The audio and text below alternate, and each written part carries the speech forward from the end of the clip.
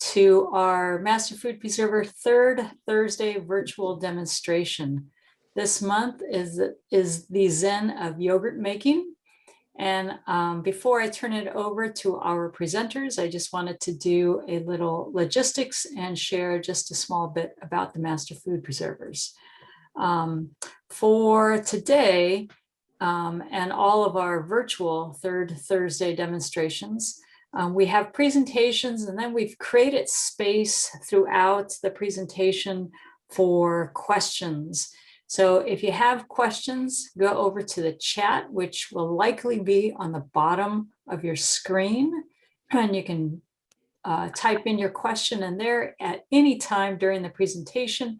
And then when it's our question period, I'll ask the questions of our presenters at that time, but you can type into the chat at any time. And because this is recorded, I mute all participants except the presenters, because it does make it easier for us to hear them. And while during the presentation, while someone is talking, I will actually go ahead and highlight that person who's talking so that we can make sure that we're able to see the person and what they're doing, including the countertop in those cases.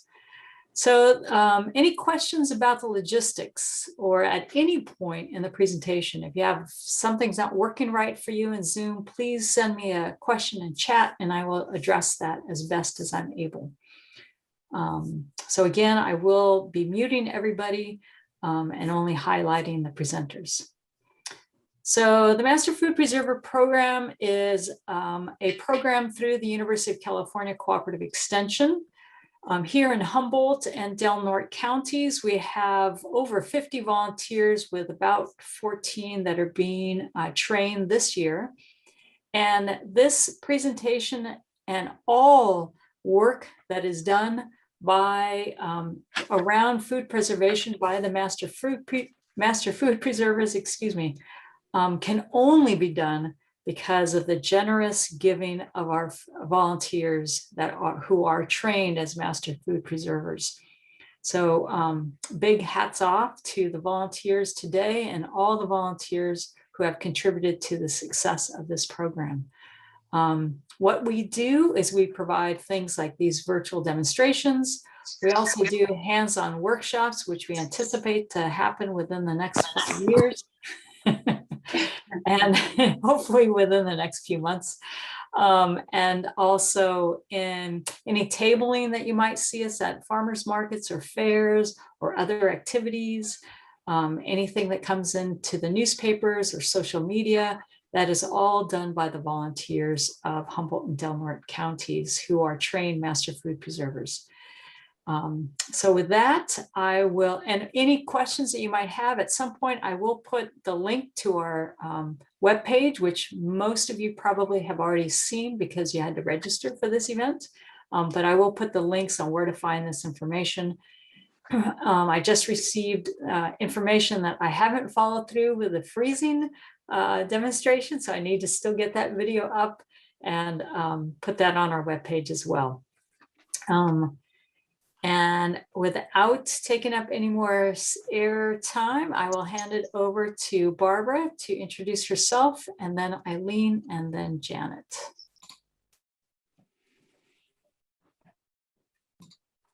Dorina. Go ahead, Barbara. Well, good evening. I'm Barbara Goldberg, and I have been a Master Food Preserver in Humboldt, Del Norte counties since 2015.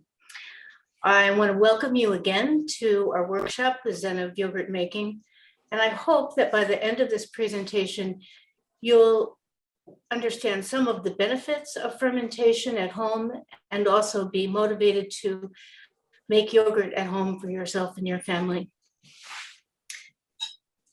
There's a lot of increased interest recently in healthy eating, and especially in bringing probiotics more into our diets. And of course, that makes sense.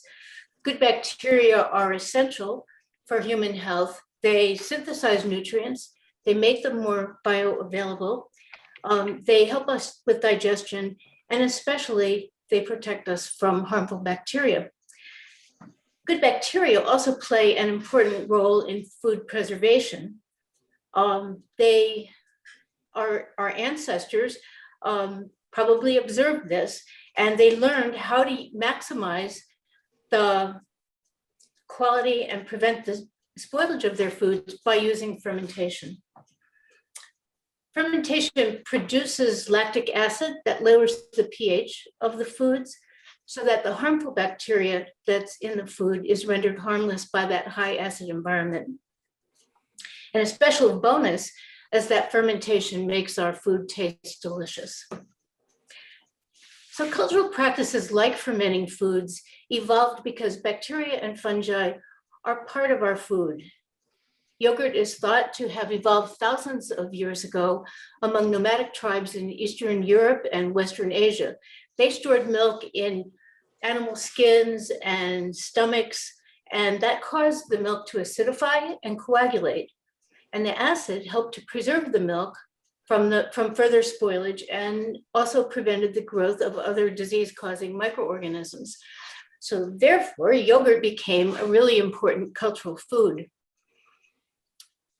Bacteria evolve in complex communities that are called SCOBY, SCOBY, which stands for symbiotic communities of bacteria and yeast.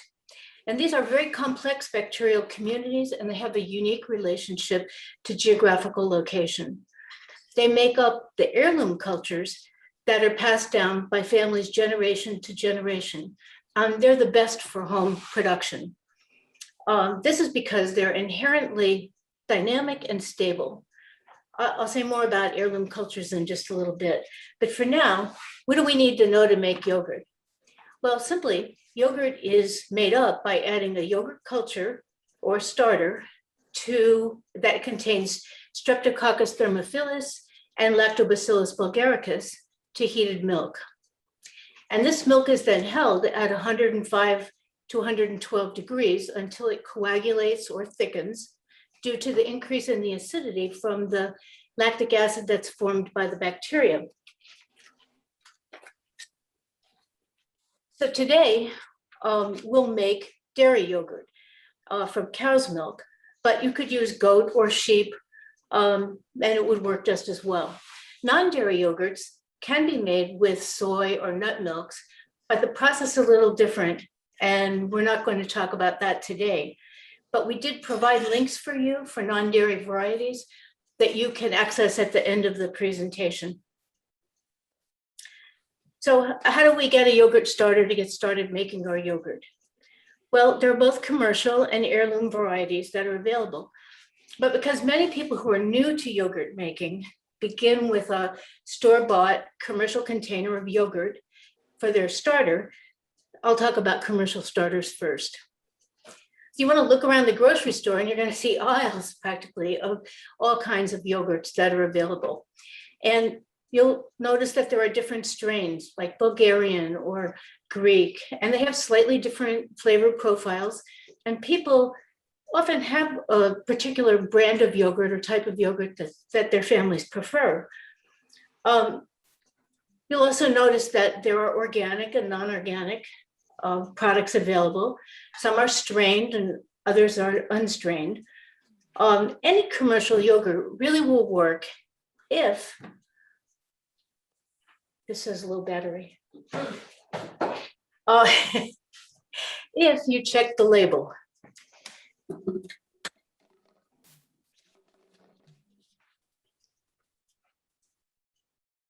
Sorry. Not a problem at all, Barbara. And we just need to get plugged in. we're good. Right. Okay. So we need to check the label. And I don't know if we can't see our yogurt yet, but it'll be here in a millisecond. Okay. Sorry. There you go. Oh, there we go. Okay.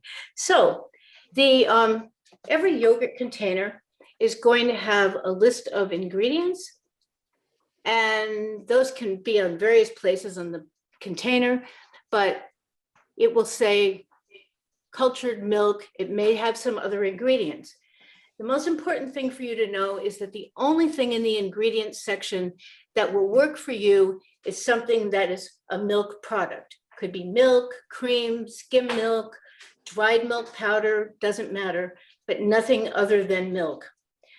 If you see that it has stabilizers like pectin or gelatin or any kind of sweeteners, then it isn't going to be a good product for you to use as a starter. We want just a plain yogurt starter. Any amount of butterfat is fine. You can have anything from heavy cream all the way to non-fat yogurt. They all will make good starting cultures for you. The second thing you need to look at, and we can look back here again at this container, you'll see that it will list the active cultures that are in your product. And the important thing for you to look for is not the names of the particular bacteria, but the words live and active. If you see both those words, you know that you have a product that will work for you as a yogurt starter for your home production.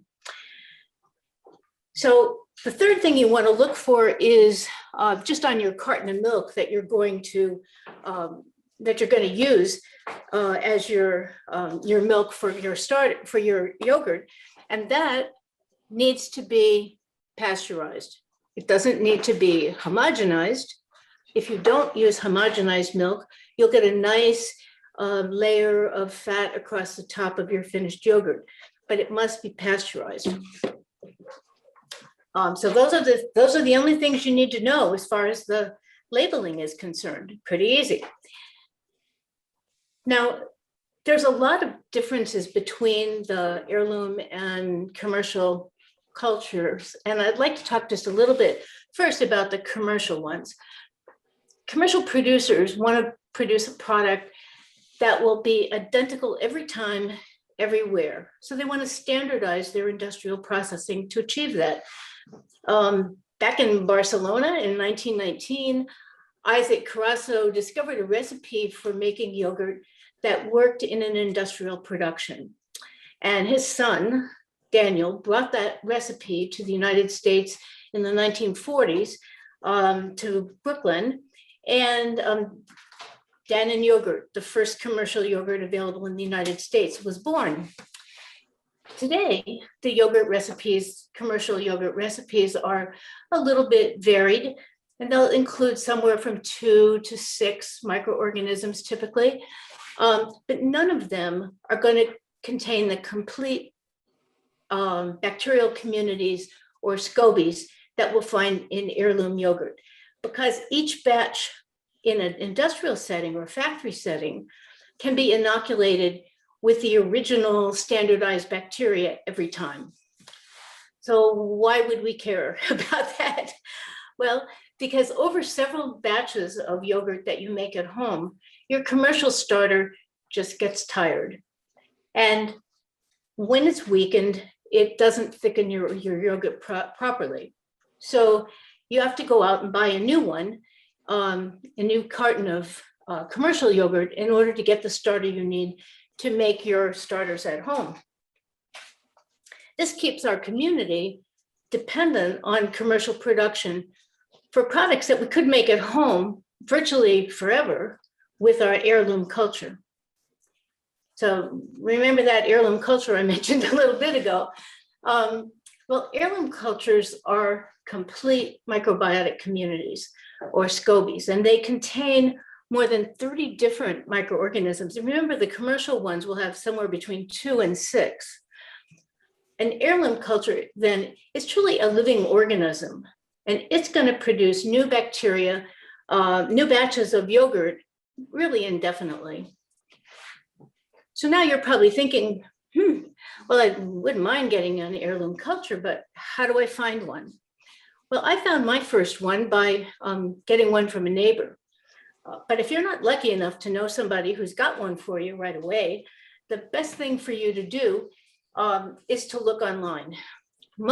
There are several companies that produce both commercial and and heirloom quality freeze-dried cultures that work very well. And I've used the ones from Cultures for Health and had very good success with both varieties that they offer in the heirloom variety.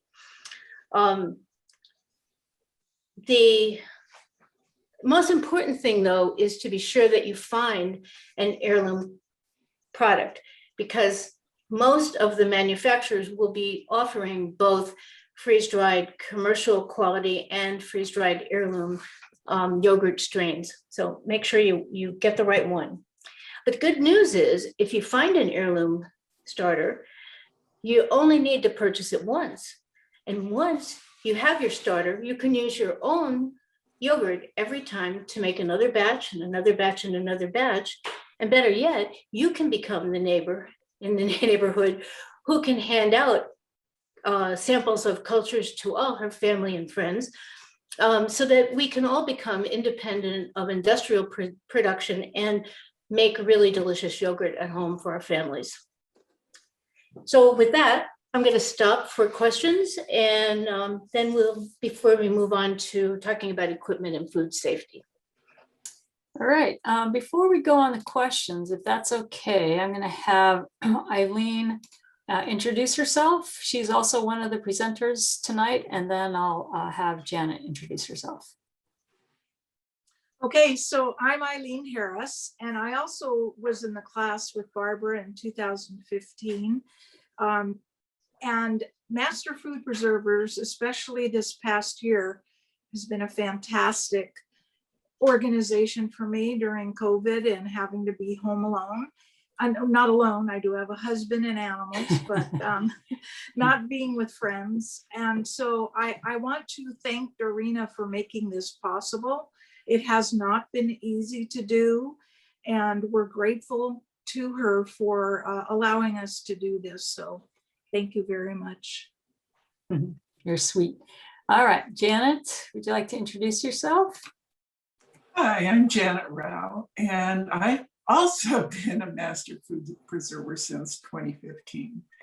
And I thank Barbara for introducing me to making yogurt at home, because I enjoy it a whole lot. All right. I think you will too. This is great. That's great. Okay, Barbara, I'm going to put you on the spotlight again and start with the questions. Okay. One of the questions that came in is about a taste difference. Can you taste the difference when using an heirloom starter? Well, every brand is going to have its own flavor profile, and there are several heirloom cultures that are available online, and each of them has its distinct flavor profiles, as do all of the yogurts that you buy from the grocery store. So I wouldn't say that there's necessarily a difference in flavor between commercial and heirloom. I would say there's a difference in flavor among all the different yogurt varieties that you might choose for your starter. And so you have to just experiment around and find out what you enjoy the most. For my own preferences, my heirloom starter is a Bulgarian starter, and it has a really lovely tangy flavor that I really enjoy. But I'll talk a little bit more when I do the presentation about how to tweak the flavors a little bit so that you can find the flavor profile that you really like best in whatever yogurt starter you're using. Okay, another question about an heirloom starter is, does it have more probiotic strains overall? And can you also touch briefly on what are prebiotics? Prebiotics and I'm using the terms prebiotics and probiotics sort of interchangeably. And I don't really know how to make a distinction. Yes, homemade yogurts with heirloom cultures do provide a broader range of microbiotic activity, and so you're going to get more microorganisms in your heirloom yogurt than you will in the yogurts that you purchase commercially. I don't know if that fully answers your question, but and then the heirloom starters, do they actually have more probiotic strains? I'm sorry. they do. Okay, great. Yes. Thank you. And how much starter do you actually need to start your own yogurt? A quart, a cup, a tablespoon? Well, today when we actually do the demo, we'll be making a quart, and it takes something a little shy of a quarter of a cup of yogurt to inoculate a quart of milk. Okay, great. And here's another question about, well, I'll just read the whole. I brought home some Greek yogurt and I made yogurt with it. That was about 2 years ago, and it has been fine each time I use it. Do you think it's considered an heirloom culture? You know, I don't know. I know that most commercial products will make, in my experience, will make yogurt for 4 or 5, 6, maybe 7 times. And then they just aren't able to, they just don't have the strength anymore to make the yogurt really congeal. If you have a yogurt that's been going for 2 years, I'm thinking that it must be a much more complex microbiotic community than you started with in the yogurt that you got. I'm not a microbiologist by any means, but in my experience and anything I've read, commercial yogurts usually will only make 5 to 7 batches before they need to be replaced. Okay, I might just ask 1 or 2 more questions just to be sensitive to time. This one is around how to preserve an heirloom starter. Can it be dehydrated and then used later and rehydrated when you need it? That's a really good question. I don't think that with a home dehydrator, it would be possible to dehydrate it and rehydrate it, but you can freeze it. And I recommend that if you get an heirloom starter, you immediately take out some starter for your next batch and stick that in your refrigerator so you're ready to go. And then take another quarter of a cup and put it in a nice tight container and put it in your freezer. Make sure that you write the date that you put it in there. And it should last months. I've had some that I took out and let defrost on the countertop, and it was perfectly fine when I used it again. I find that it takes about 1 generation before it recovers fully and seems to have the same robustness that it had in the beginning. But I've never had any luck freezing commercial yogurts. I've only had success over the long term with heirloom culture, freezing heirloom cultures. All right, I will cut and paste these other questions and ask them along the way. And Barbara, I'm not sure if you're aware, but your camera has turned off, and then we'll move over to Eileen for the next section of equipment. So Eileen, let me spotlight you. And then away we go. Maybe this other, I plugged it into Hey. the wall. I thought it was good. Here I am. So before I start, I want to say that on my iPad, the chat is up at the top. And the way I get to it is click on the top, go over to these 3 little dots that say more, click on that, and then I can get to the chat. So the chat may be at the bottom, but in my case, it's at the top. So just to be aware of that. So my section now is going to contain what the basic equipment is. You do not need to go out and spend a lot of money on equipment. And Barbara is going to show a very unique way to make yogurt yolk without anything expensive. So, but I don't want to steal her thunder, so I won't. But the first thing is safety and health. And we always wipe everything down with a sanitizing solution of 1 tablespoon of bleach to a gallon of water. If you don't want to make that much, then do the math and decrease the tablespoon as you need to. But we always wipe everything down, and you do not need to sterilize the jars, but wash them well with hot soapy water, and then put them in the sanitizing solution for a few minutes.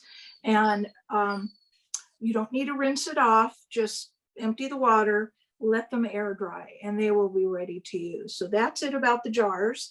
It does not matter, size doesn't matter. So if you have, small children, I don't anymore, but just for myself, I like this size because that's enough for one serving. Some people use the pint, some people use a quart. You use your own judgment on the amount you want to make in each jar. And this one actually is in the process of yogging right now. I'm going to show you my dehydrator, and I took this out just to show you the size of the jar. And I'm keeping it warm by putting a towel over it. So I am going to plug it back in very soon. And here's another size. So that's up to you what you want to do. You do need a thermometer. So a candy thermometer will work if it goes down to 110 degrees. But there are very expensive thermometers out there. This one is one that I like to use. I think I got it at Bed Bath & Beyond, and it's digital, so it will light up. There are better ones where you can actually put it into the pot with the hot milk, clip it on, and watch it. This one, I don't leave it in there because it's hard to balance it. So I take it out, but I watch carefully. And Barbara will talk about the process of doing the milk and how to stir it.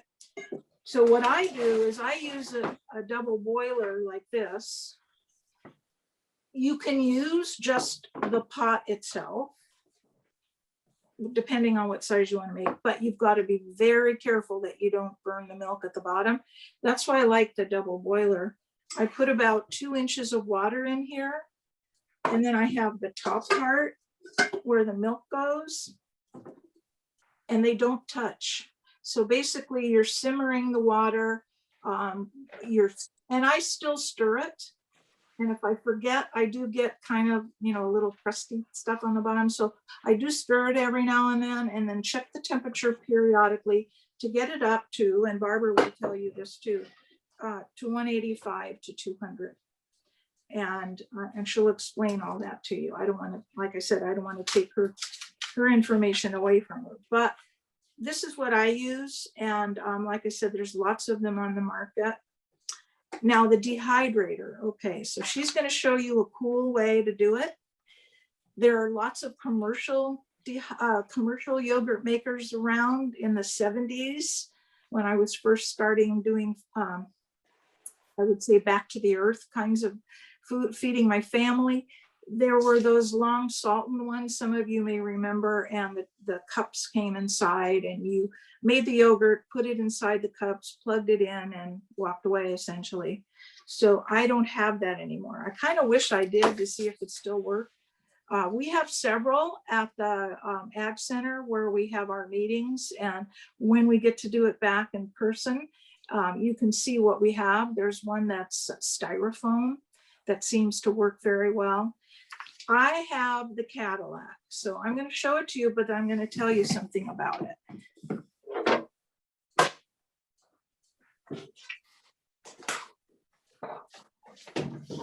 This is called the Excalibur.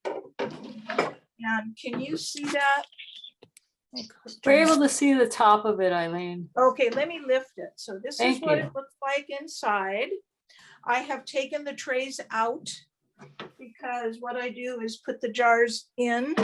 I'm just gonna put the little one in for now like that. Oop, it doesn't roll around when it's steady. So I don't know why it's doing it now, but probably because I'm tipping it. And then Well done. Yeah. It may turn out to be a craft project, you never know. And then I put the top of the lid, the top of it on. That's part of it. And then I turn it to 115. 115, 110, I think is a good temperature. These are expensive. And over the years, I used for dehydrating those inexpensive round ones. You can't really do yogurt in that. If you have an Instapot, which I do not have, you can do it in an Instapot.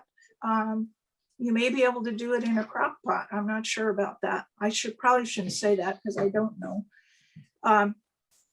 On Craigslist today, under household, I saw an Excalibur. This is a 5 tray, which is plenty for my family. There's a 9 tray that someone is selling for $125 in Hydesville. If you would like to investigate that, that is a very good price for a 9 tray. And so I saw that and I thought, oh, I need to tell people about that tonight. So the round ones you cannot dehydrate in it, but these are excellent. You can also use your oven if it goes low enough. I believe there are people in our group that use that. You can use a heating pad. There are lots of ways to comfort your yogurt and make it do its thing. Mhm. So anything else? Any questions about, well, let's go to Janet and then I think that's all I wanted to cover at this point. All right, I think we're going back to Barbara for a little bit. No, I think we'll first go to Janet to talk about food safety. Okay, so you're not going to talk about the cooler and water bottles yet? I'll talk about Later. Oh, well, no, I'll talk about that when I do the actual demo. You got it. It's your turn, Janet. Let me find you and put you on the spotlight. Okay. All right, there we go. Here we Janet. go. So I'm talking about food safety, and primarily what's important to think about with all this talk about bacteria and stuff is we don't want to contaminate our yogurt in the process so that it'll just turn funky. It's not a good thing. So you, like Barbara said, use pasteurized milk. Or if you have raw milk, you need to pasteurize it first. And that step cannot be taken instead of heating the milk in the first part of the process. And pasteurizing will eliminate undesirable bacteria such as the bad E. coli that we've been seeing in the last several years. We already know about sanitizing your utensils with hot soapy water. Anything that's been in your kitchen for a while might have some bad bacteria on it. So you need to be conscious of cleaning everything before you start so that you don't get undesirable organisms to contaminate your yogurt. When you're incubating, it's important to maintain the incubation temperature between 112 and 115 degrees so that you don't grow any of the bad bacteria. If you keep it in the 112 to 115 range, the yogurt bacteria are very happy and they're fermenting. They're changing the pH of your yogurt into the safe range, which is around between 4 and 5.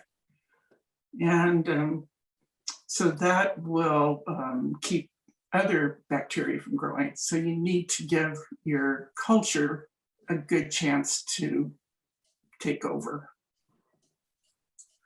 If your yogurt smells bad, tastes bad, or looks questionable, it's time to get it out of here. Just dump it.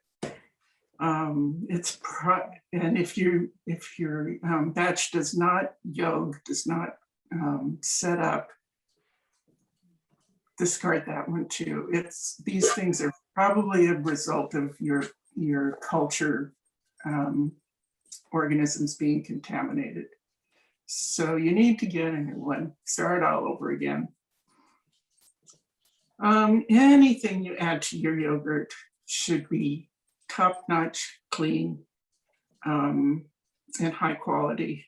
So, because if you put in something that's questionable, even if you keep it in the fridge, it's not going to last as long. So, your strawberries, your jam, excuse me, are best added later, just before you're serving it. Store your yogurt in the refrigerator below 40 degrees, and it will last up to 21 days. I like to make my yogurt in pint jars because I make mine at half a gallon at a time. So I have 4 jars. So I have all my 4 jars in the refrigerator. I take one out at a time. The other 3 are not going to get contaminated because I leave the lids on. So that's my advice. If you follow these suggestions, I think you'll have a really great time making yogurt and enjoy. Be safe. Thank you, Janet.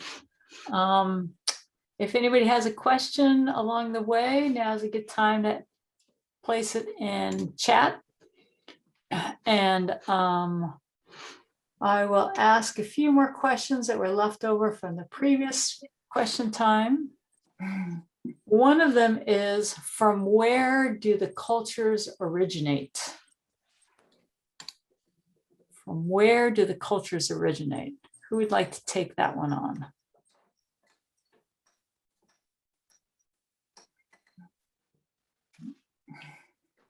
Barbara, are you out there?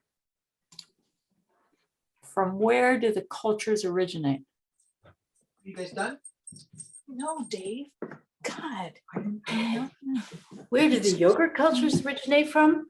Well, they evolved naturally in the environment. They say that nomadic tribes in Western Asia and Eastern Europe nomadic tribes used to carry the milk from their animals in animal skins or stomachs. And the process of carrying it in their stomachs caused the milk to acidify and coagulate. And they found that coagulated milk didn't spoil. And further, that eating it didn't seem to kill off a lot of the other bad microorganisms in the milk. So, so our ancestors watched in nature, and they learned from nature, and those communities of bacteria, it just evolved over time in one place and another. So I don't know how the process by which they abstracted certain microorganisms for commercial cultures, but originally the cultures evolved naturally in the environment, which is full of good and bad bacteria. Great. All right. We'll sneak in one more and then accumulate questions again. This question is about a starter going sour, literally. The person forgot about it and it now has a sour smell. This person moved it to the freezer, hoping to preserve it. Should this person give up on it, or is there a way to revive it? No one wants to take that. I will. You're the Short answer is chosen no. lucky one. Yeah, no. If your yogurt smells sour and off, you absolutely need to throw it out, not try to freeze it and hope for the best. All the freezing does is slow down the continued biotic activity in the yogurt. It doesn't recover anything that died. And when you bring it out, it's only where it was when it left you and went into the freezer. So if your yogurt tastes off at all or smells off at all, just dump it and start again. The freezing should only be done with very fresh yogurt that is taken immediately from the container made with fresh milk and fresh culture and put into the freezer right away. It's not a way to recover a mistake. All right, great. Thank you, Barbara. And we'll end the questions for now.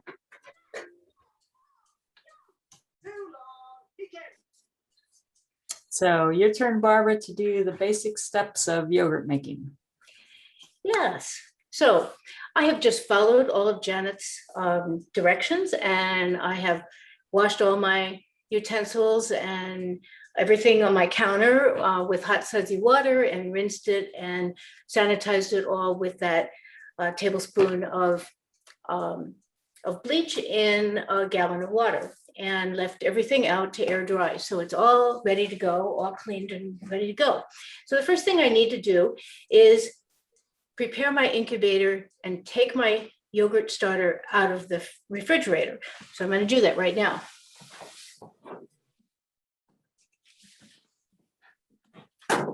Okay, so I have my yogurt starter. This time I've decided to use this Fahe total right there, and 2%. And I also need to, so it's getting a little warm on the counter. And I also need to show you my cooler. So this is a plain old, very cheap garage sale plastic cooler. Yeah, that I got at a garage sale. And I don't know if we can see it. Right now it's full of really hot water. The reason for that is that we're going to do a sort of speeded up version here. And I wanted to have this start to get hot for us. But the first thing you'll do is get your incubator out and fill it with really hot water and close it up and forget about it. So I'm putting it aside here because we don't need it anymore. The next thing that I need to do is take care of my milk. So I'm going to go to the refrigerator and get my milk. And right here. And I'm going to open my container and I'm going to get a pot. As Eileen mentioned, you can use a double boiler or a nice heavy pot. I'm going to use the heavy pot today. And so I'm going to pour the milk, this quart of milk, into my pot. So I'm doing that right now. There it goes. Okay, so now I have cold milk in my pot. Next thing that I need to do is add milk solids, powdered milk, if I decide to use it. I buy, just powdered milk from the bulk bin. And this is, I always label it powdered milk and the date that I purchased it. But I've already measured out 1/3 of a cup. So here's 1/3 of a cup of powdered milk, which I'm going to dump right here into my cold milk. It's really, really important that you don't put it in warm milk, because if you do, it's going to, once it starts to heat, those milk proteins are going to go crazy, and they're going to make awful, big, long, stringy things in your yogurt that you definitely don't want. It'll just spoil the texture. So this takes a little bit of time to get it really thoroughly integrated. Some milks, some powdered milks will integrate really quickly, and some take a little bit of time to get fully stirred in. But you want to make sure that you don't see any floating, undissolved parts of your milk before you put it onto the heat. And the reason that we add, the reason that we add non-fat or even full fat milk powder to the whole milk is that it increases the overall nutritional value of the yogurt, and it also helps it to really make a nice firm yogurt. So once this is all stirred in and happy as can be, it's not quite stirred in, but I'm going to move it aside here. And once it was fully stirred up, I would put it on the stove, on very low heat.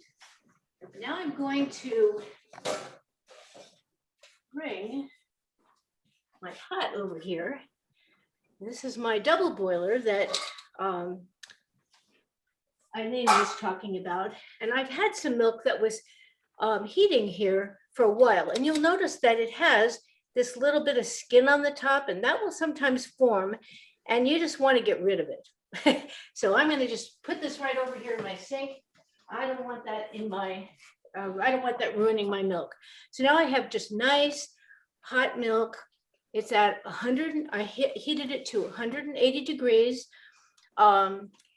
You're going to see that there are variations in various approved recipes for the temperature for milk, anywhere from 180 to up to 200. The University of Washington suggests 180, and I find that's a really good temperature.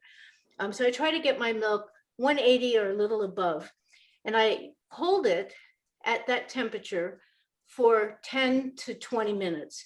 And the reason for that is that it allows the milk proteins to come together, knit together, and it will make a nicer, firmer yogurt. So this is all ready. I have my thermometer here, and Eileen mentioned our thermometers. And I just put the thermometer in here, and it was just right at 180, held it for 20 minutes. So that happened while I was prepping this afternoon. So the next thing I need to do is to cool this milk down. And Janet mentioned that we need to pasteurize our milk before we make yogurt or before we use it. And the reason to pasteurize it, of course, is to kill the bad pathogens that are in the milk. But it's also the first step if you're using raw milk in making yogurt in any approved recipe. This was already pasteurized, so I didn't have to worry about it. So I'm going to take my milk off, and I'm going to plunge it here into this ice bath. And then I'm going to stir it. Can you have me my, thank you. I'm going to stir it rather constantly, and I'm going to really monitor the temperature because I want to get the temperature down to about 115 degrees. And it will drop pretty quickly. So you have to really pay attention.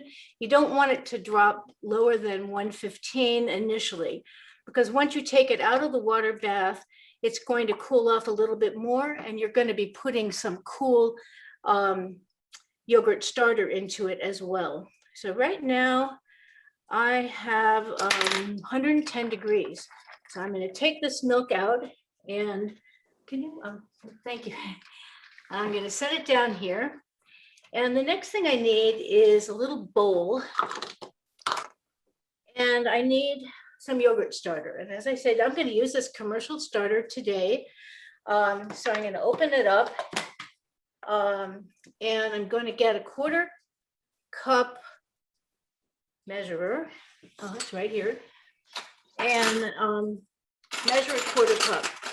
You can actually use a little bit less than a 1/4 cup if you find yourself a little short. I've gotten good yogurt even with 2 tablespoons. The more important thing is not to use too much starter, because too much starter starves the cultures when they're trying to develop, and they don't have enough food. They're eating the lactose in the milk, the sugars in the milk, and they don't have enough food to really be nourished by the milk, and so they don't produce a good yogurt. So you want to start with not too much. Then the next thing you need to do is put a little bit of warm milk from your now nice and cooled milk. And you're going to stir that up real well so that it's fully integrated into that little bit of milk. The reason for that is that you may have a little bit of clumping or something in your in your yogurt as you're stirring it in. It's cold, even if 'cause you don't leave it out forever on the counter. And but once I get it nice and stirred up, once I get it nice and stirred up, then I'm going to put it back into the container with all of the rest of my milk. So there we go. Okay, so now I have my milk. It heated to 180. It cooled down to 115. I've added my starter, which I had dissolved in a little bit of warm milk to start with.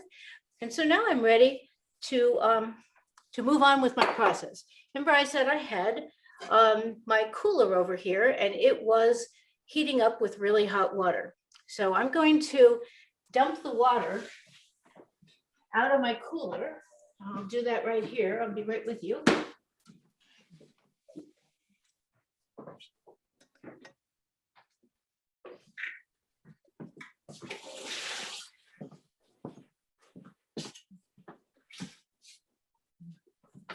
Okay, so now my cooler is all set here.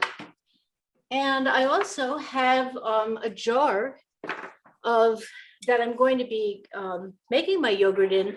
And this I also filled with nice hot water to begin with. So it's gotten nice and warm for me. So I'm going to dump the water out of that. Okay, so now I've got my jar. Take out a funnel. Take out a funnel. I get my milk, my nice warm milk. And I'm gonna pour it in here. Great to have a towel if you're doing something on your countertop. I usually do this in the sink. And I make certain that I give my culture another good stir so that I know that it's all fully integrated and all of the culture is smoothly distributed between all the areas of milk. And then I put on a lid, and you can use, I like to use these plastic lids, but if the lid that comes with your mason jar works great too. I'll put that one on this one for this time. And I'm going to barely screw it so that it barely starts to catch. I don't want it to be tight at all. I want it to be loose so that the bacteria inside have a little room to move around as they're fermenting. Then I'm going to take my cooler and I'll share a special secret with you. So I'm going to put my yogurt down in the container.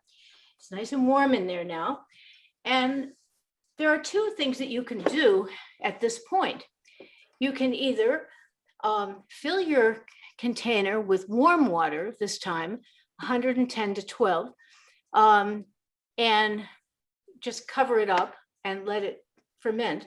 But you may find that the water will cool off too much depending on how cool your home is. In my home, that happens. So I came up with a good solution for that. I've also filled other bottles with water, which I can easily remove and replace if my cooler starts to get a little too cool. So I'm putting I'd use 2 extra mason jars here, and then I've practically worn out these bottles, but I stick in bottles of plastic bottles of it. I try to fill the whole inside of my cooler with nice warm water. And it happens in my cooler that I have a little bit of space left over. So I put a kitchen towel in here and just sort of try to fill up any extra space that's there. I close the thing tightly.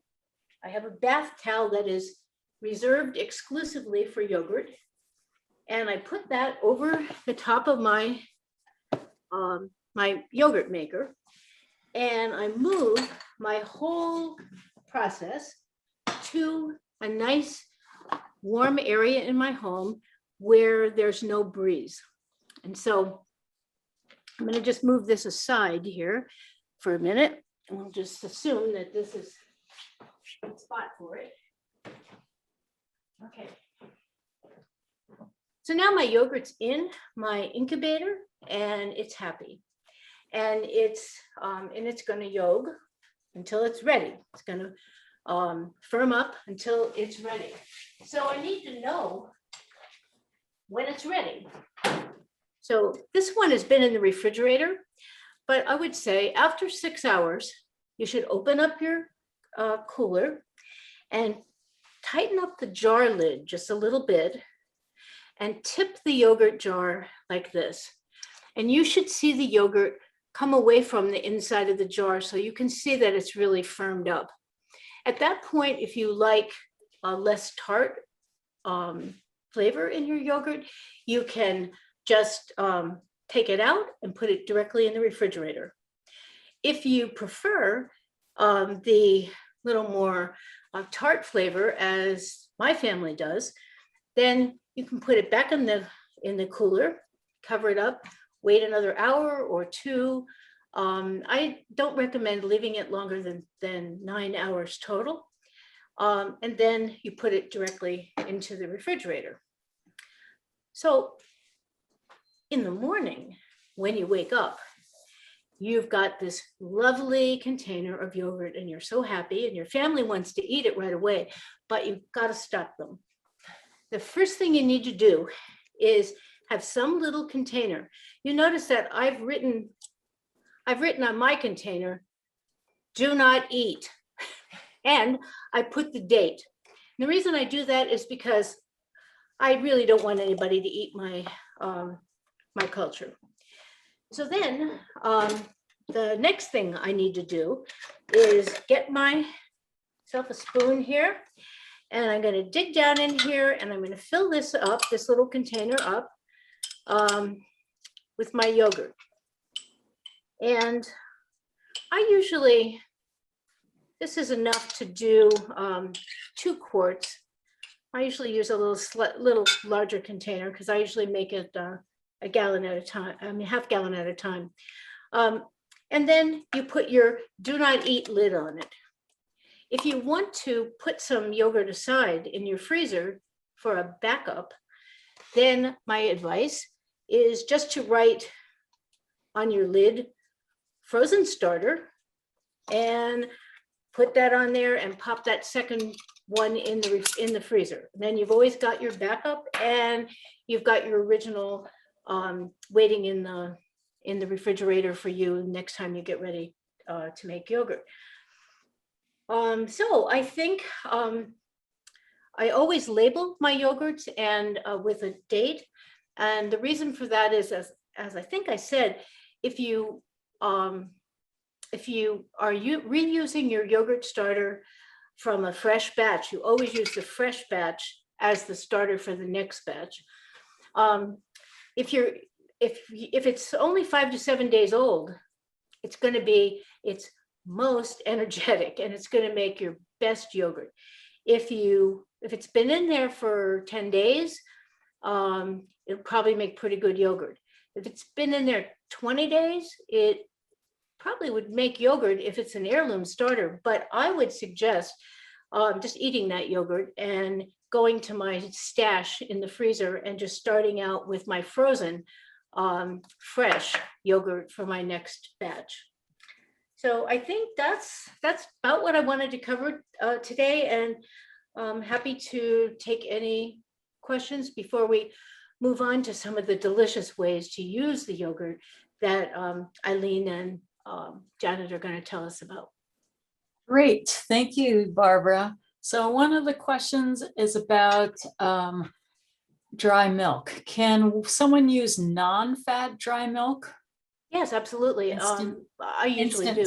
Instant non-fat dry milk? Yes, absolutely. Any dry milk protein, so it can have any amount of fat. And in fact, you can reconstitute non-fat dry milk, add extra non-fat dry milk to it in the process we just did, and you will get great yogurt.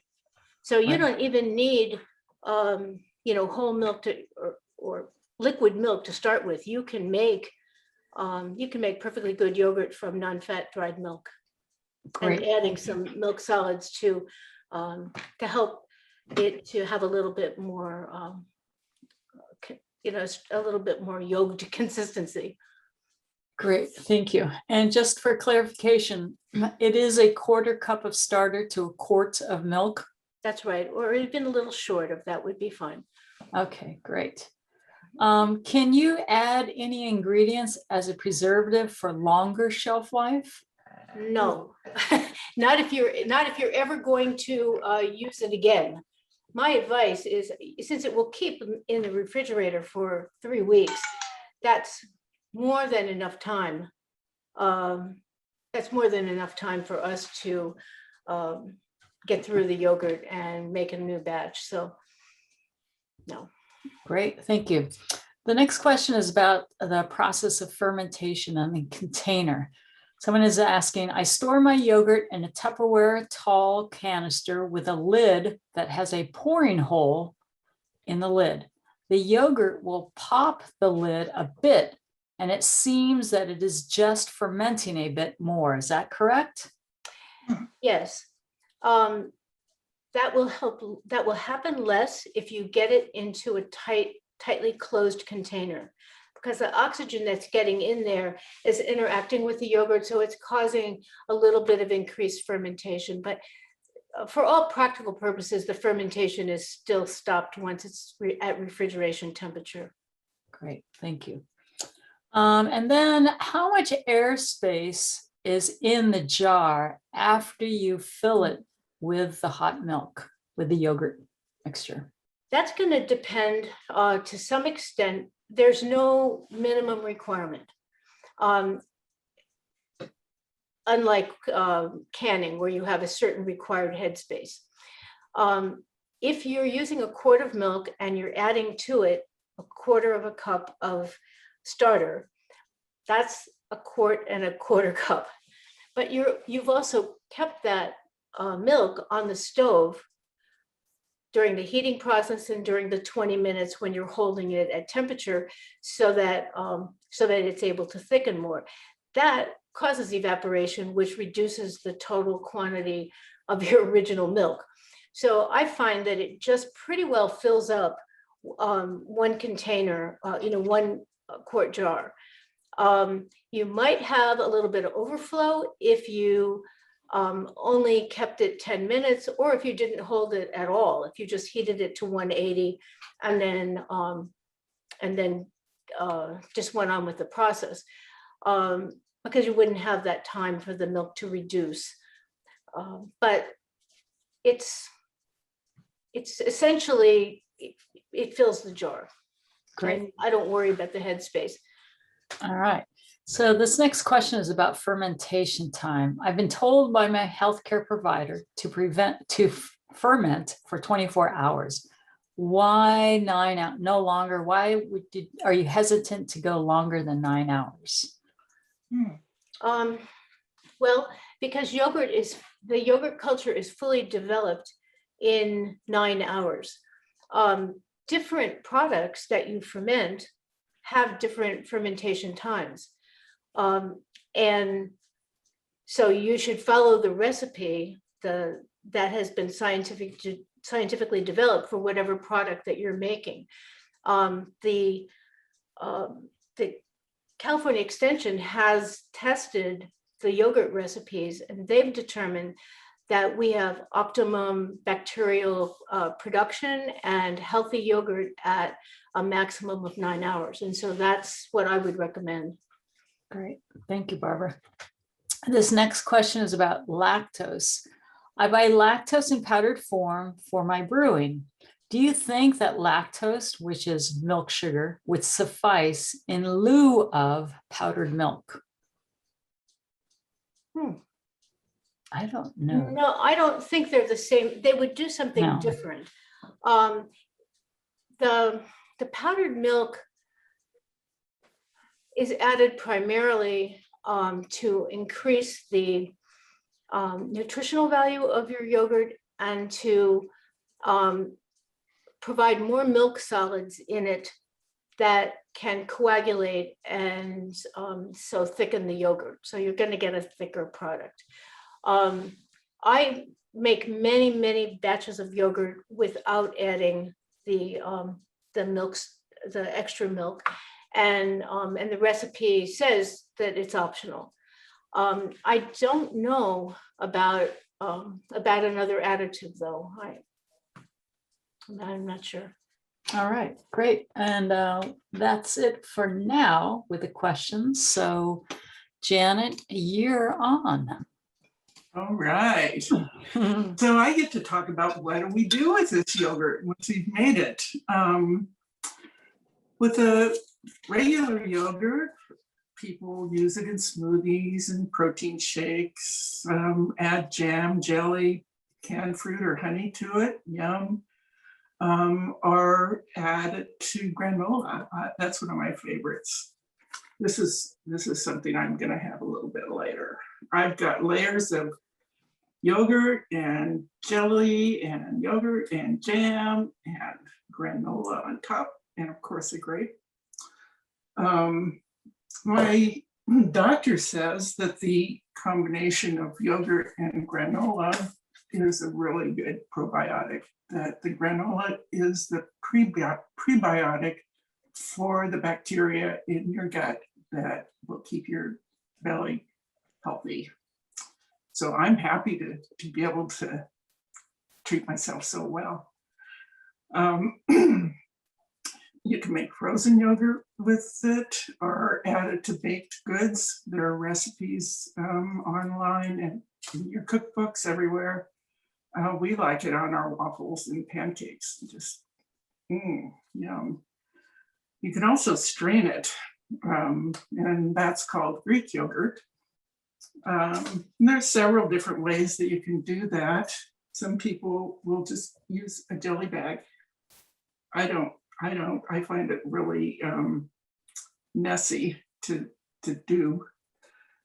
Something that's easy and most people have in their kitchen is a strainer, a colander with a couple layers of cheesecloth, and you just set that on top of a bowl and let it strain. Put it in the fridge.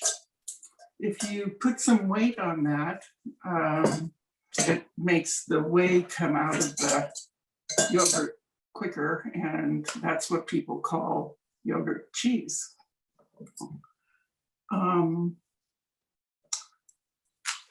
My favorite way is this that I got from Amazon. It's an all-in-one doodad that, let's see if I can get this. I put this yogurt in here late last night, and this is how much whey I've gotten out of the yogurt that I made. So this is the yogurt, the whey, the curds that are left in. And what the really cool thing is, you just flip it over and the yogurt falls out of the strainer and makes this nice clump of yogurt. So this is Greek yogurt. That looks yummy, Janet. Oh, it is so good. This is what the strainer looks like when it's empty. It's just a very fine mesh that does the job. So what you've got left is the whey.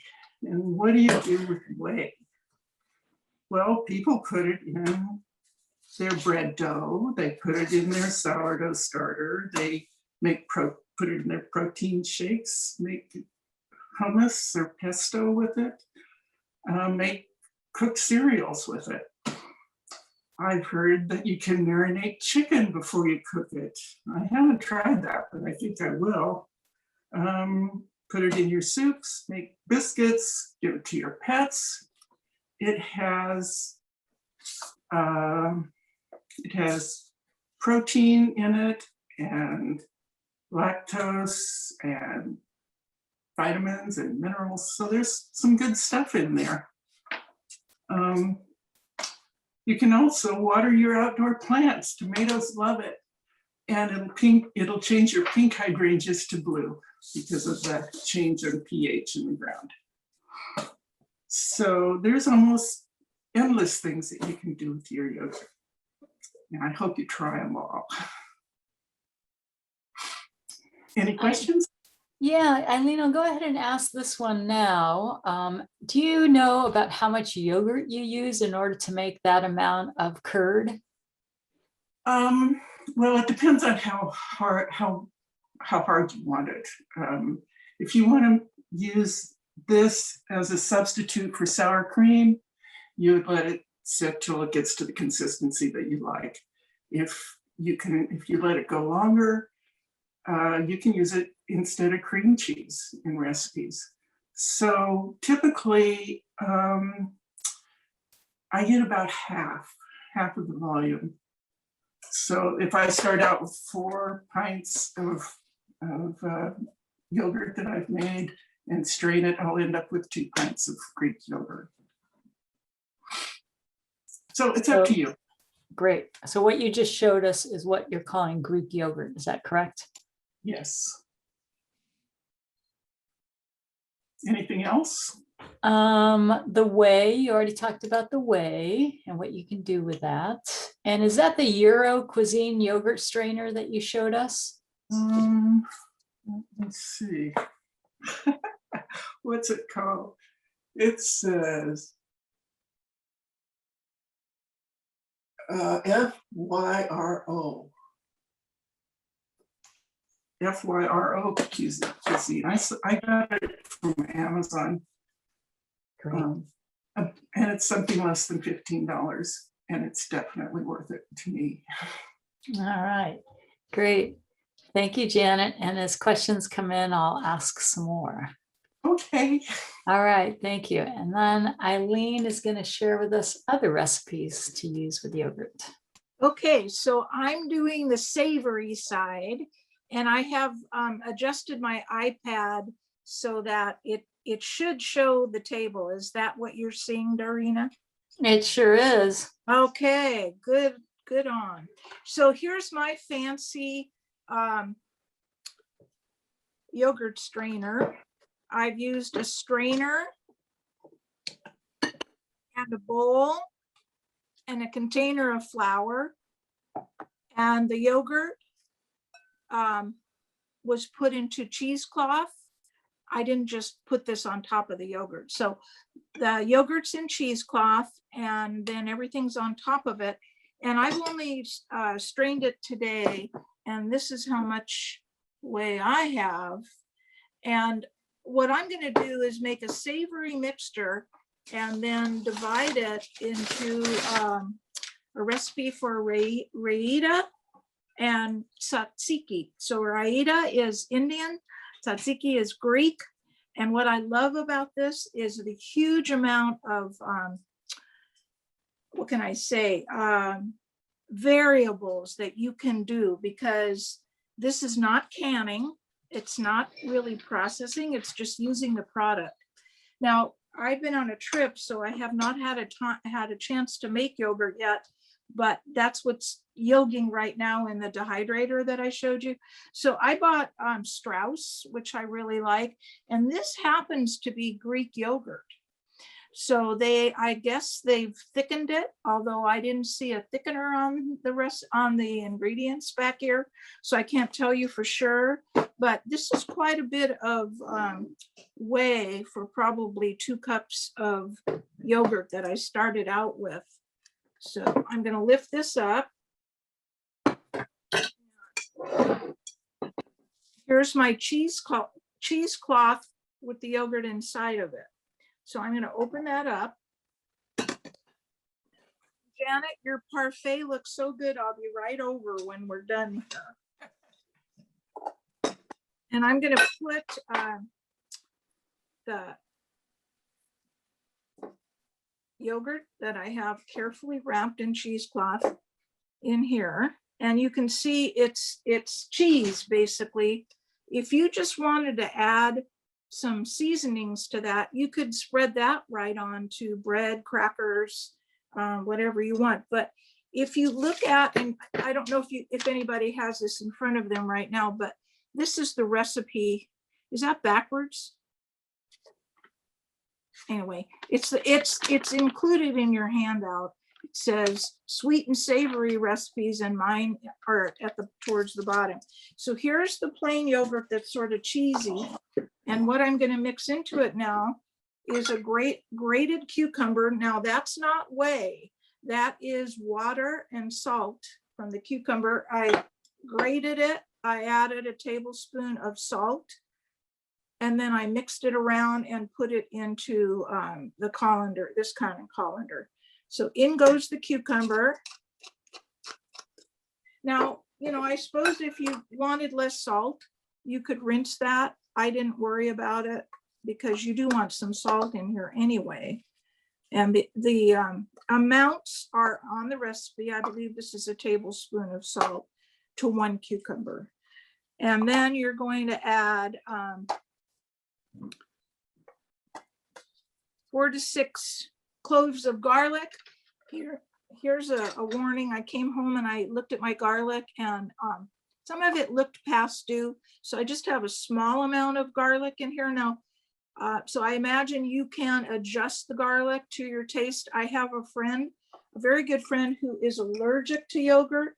So every time she and her husband come over for dinner, I have to check every label. So if I was making this for them, I wouldn't add any garlic at all. Okay, so that's the basic mixture is just cucumbers, salt, yogurt, and garlic. Okay, so now I'm going to divide this into 2 cups here, 2 bowls, put some in each. Now, the amount of seasonings, it may not be exactly what you would want, but I'll show you what I put in here. So let's just say this is half and half approximately. And then now it's the fun part. So the recipe suggests for raita cumin. And this is cool because I learned something today that I didn't know. And that's something that happens every day with master food preservers. We are not masters of anything. We are learners, as we all are. And the recipe that I got from Barbara said, dry roasted, then ground. Well, I've always purchased cumin like this, ground. But I thought, I wonder if I can get cumin seed and then roast it. So sure enough, Eureka Natural Foods, I found cumin seed. I put it in, I looked it up online. I put it into a saucepan on the stove and just kind of shook it around. It has the most wonderful smell. My whole kitchen just smelled fabulous. And it turns color. So here, I don't know if you can see, that's this one is the original seed. That's the one that's been toasted.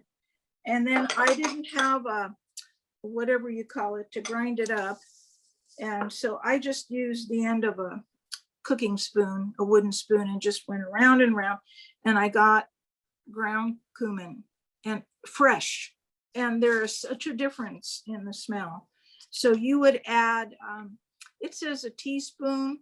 So this is a lot less in these bowls. So I would just sprinkle a little on and maybe taste it and see if you want more.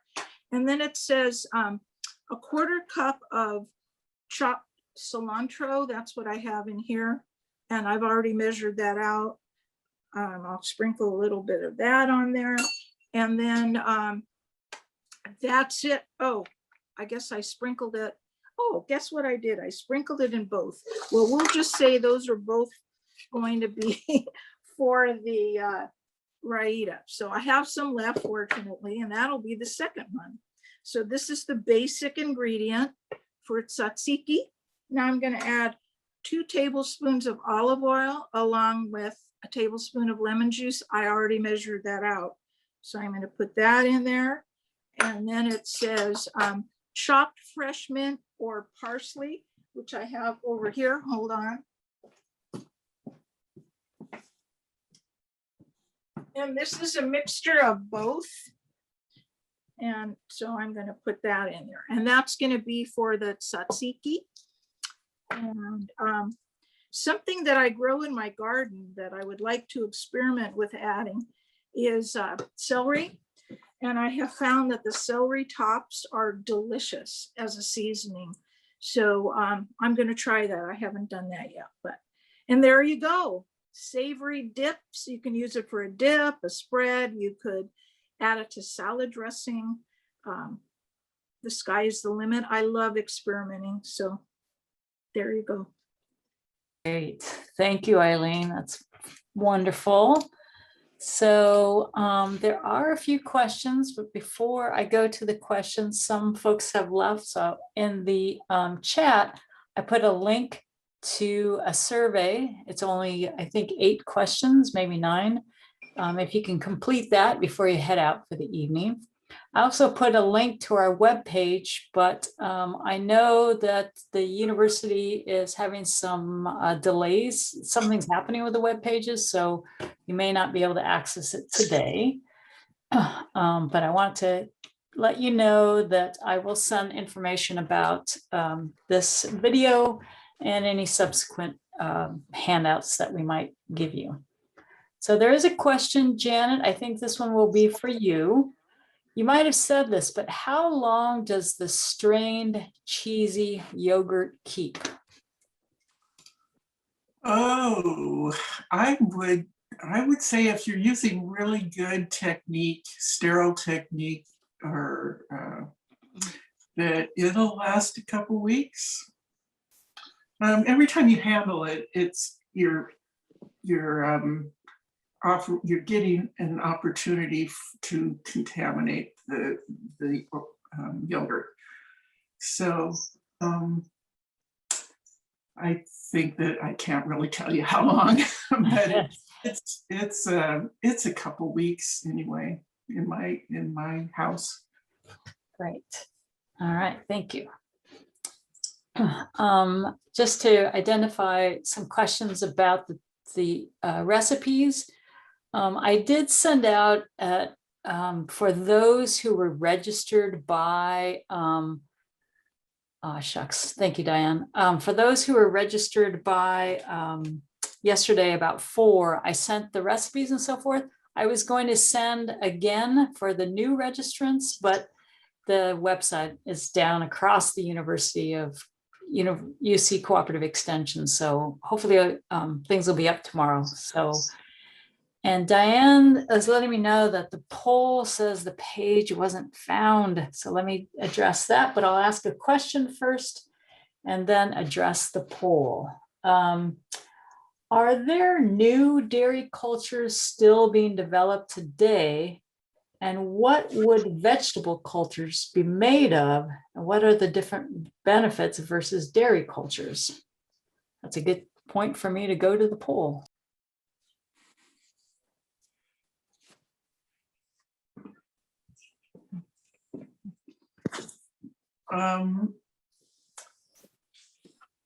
I think in the handouts there are some non-dairy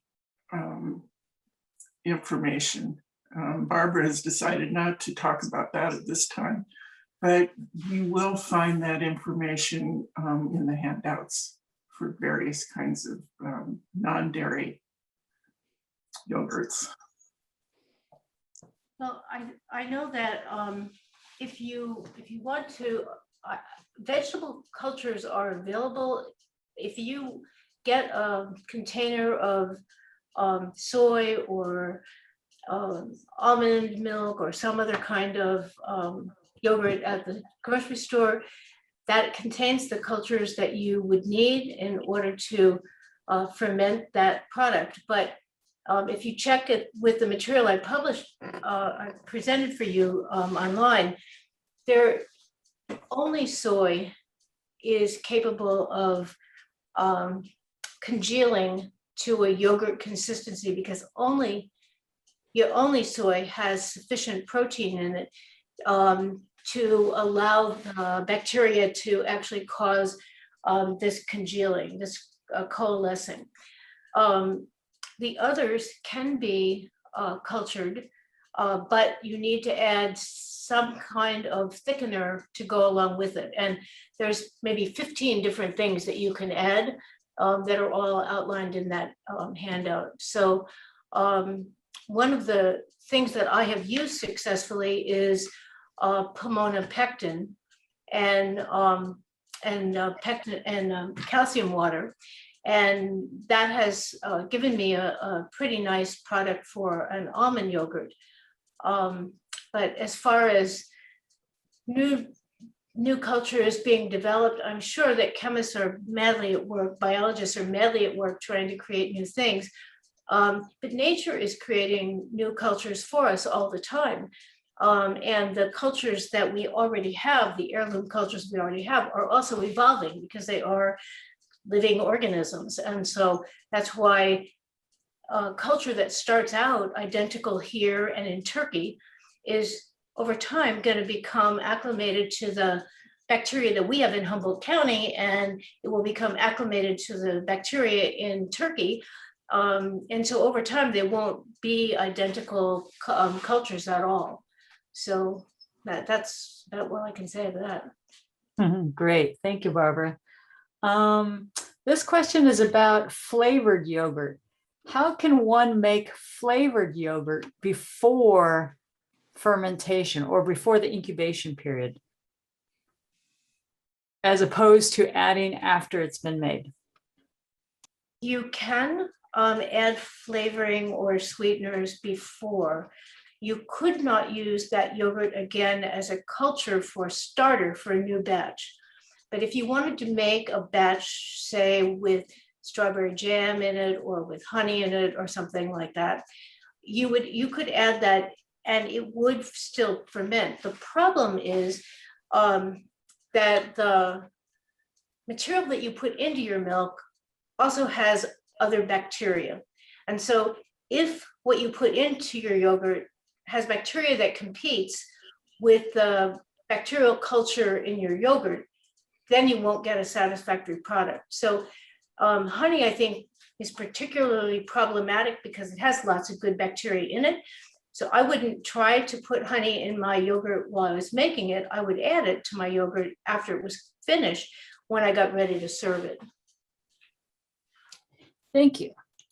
And then this question is for all three of you. Have any of you used the yogurt in baked goods? And if so, does it work well? Someone was thinking about cheesecake.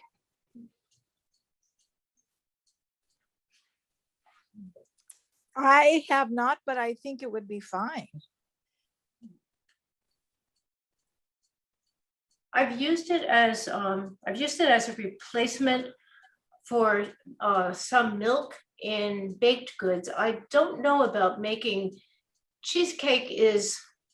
Well, it depends on how you made it, but if your recipe is actually causing the cheesecake part to congeal by adding eggs, I don't know. I haven't ever seen that done. I use my whey all the time for literally everything, and it's great. It really boosts the energy in homemade breads, and it's great in soups. So, and I keep some frozen I just put them in little ice cube trays when I don't have a use for them right away. And then when I'm getting ready to make something, I think, oh, I can throw a little whey in here. And so I just toss in a few ice cubes and I'm good to go. Great, thank you. And I think this might be the last question. Someone is asking about making yogurt and they left it on the counter one night. Is it bad after that? Probably. It would depend on what time of night you were making it. I've made yogurt at midnight and it went overnight and that was no problem. But I wouldn't, I know that I've read some material by a sort of a fermentation guru.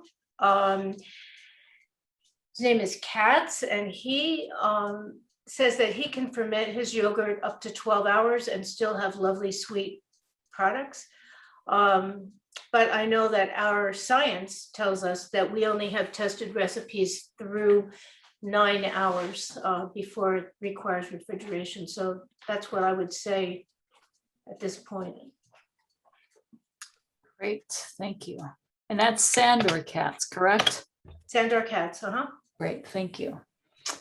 Let's see. It's now 7:01. If you're willing, there's a couple more questions. There's still 30 people hanging in there with us, so I'll go ahead and ask a few more. How do you know what strains are in the yogurt?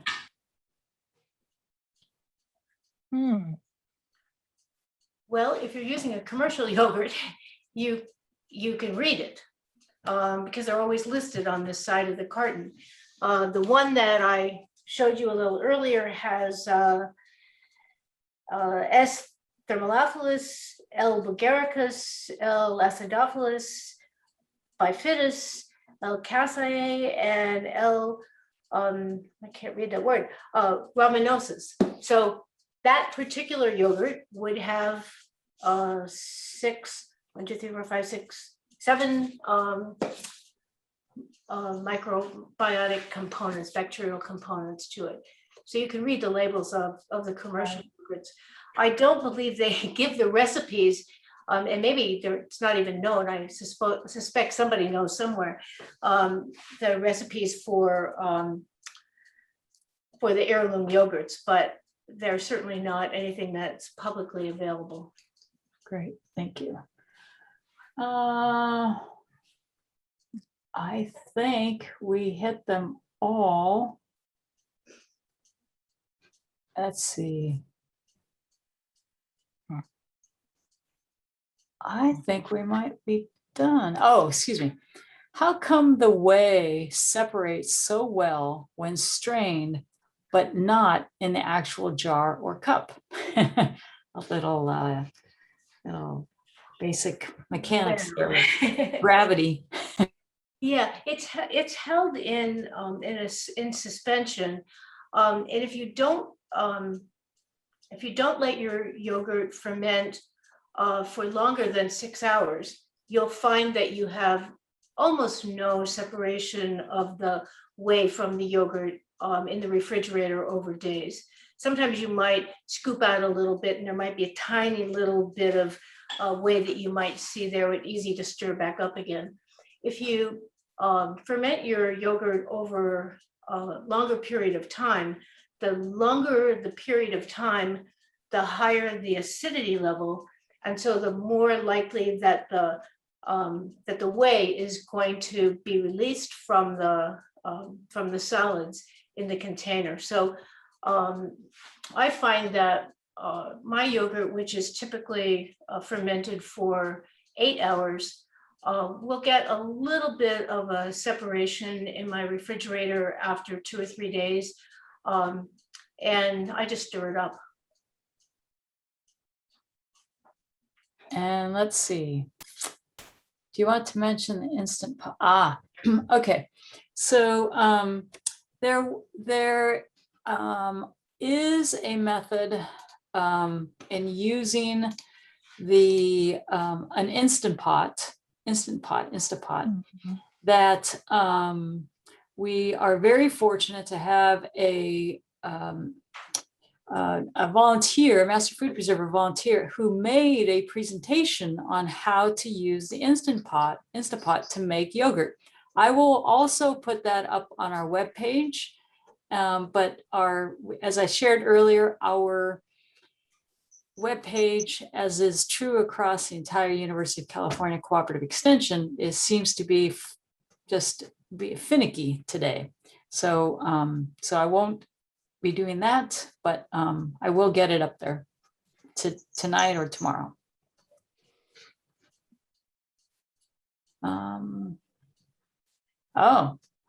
Any thoughts on drinkable yogurt, which is called, what is that called? Kefir. Kefir, thank you. Kefir is a mesophilic yogurt. The yogurts that we make that we typically think of in the grocery store are thermophilic, and that means that they need to have heat and be kept at a warm temperature in order for the bacteria to develop. The mesophilic cultures are cultures that do culture on a countertop. Typically, they do require, back to the other person's question about what if you leave your, can you leave your yogurt out 24 hours? Yes, if you're using a mesophilic culture, which is intended to produce a product that is of a thickened, maybe a thick buttermilk consistency. And I know that I have experimented a little bit with them. I got my cultures from Cultures for Health, and they actually had a little packet that had, I think, 5 different mesophilic cultures in it, and I tried them all. And for myself, I wound up preferring the more firm yogurt, so I've sort of gone back to that. But they do ferment differently, and they typically ferment at about, in the happiest state, about 75 degrees, which we rarely get here where we live. But some people live in places where it's too hot and they don't do well. Other people live in places where it's too cold, and you really need to, work on getting the temperature just right. It won't work. Is there a kefir culture for kefir itself?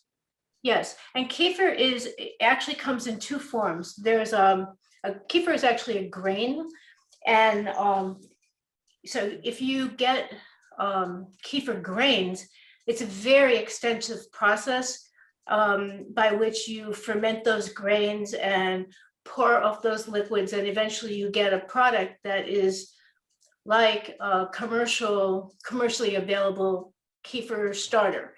But both are available, and again, I know they're available from Cultures for Health. I'm sure they're available from other online companies as well. Okay, thank you.